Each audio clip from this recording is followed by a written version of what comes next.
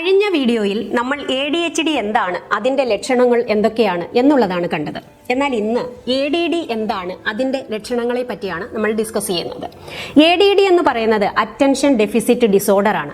ഇവിടെ കുട്ടി ഒരിക്കലും ഹൈപ്പർ ആക്റ്റീവ് ആയിരിക്കില്ല, പക്ഷേ ശ്രദ്ധക്കുറവാണ് പ്രധാനം. അതായത് അറ്റൻഷനുള്ള ആ ഒരു പ്രയാസം നീണ്ടു നിൽക്കും. ശ്രദ്ധക്കുറവുള്ളത് കൊണ്ട് തന്നെ ഒരു കാര്യവും ശ്രദ്ധയോടെ ചെയ്തു തീർക്കാൻ കഴിയുന്നില്ല. അതുപോലെ ഓർമ്മക്കുറവുണ്ടായിരിക്കും. വളരെ ഷൈയായി കെയർലെസ് ആയി കാണപ്പെടുന്നു. കെയർലെസ് ആയി കാണപ്പെടുന്നത് കൊണ്ട് തന്നെ പല സാധനങ്ങളും എവിടെയെങ്കിലുമൊക്കെ കൊണ്ടുപോയി കളയുന്ന ആ ഒരു സ്വഭാവം ആ കുട്ടിയിൽ കാണപ്പെടുന്നു. അതുപോലെ തന്നെ പറയുന്ന കാര്യങ്ങൾ ശ്രദ്ധയോടെ കേൾക്കാനോ നിർദ്ദേശങ്ങൾ അനുസരിക്കാനോ ഒന്നും അങ്ങനെയുള്ള ഒരു കുട്ടിക്ക് കഴിയുന്നില്ല.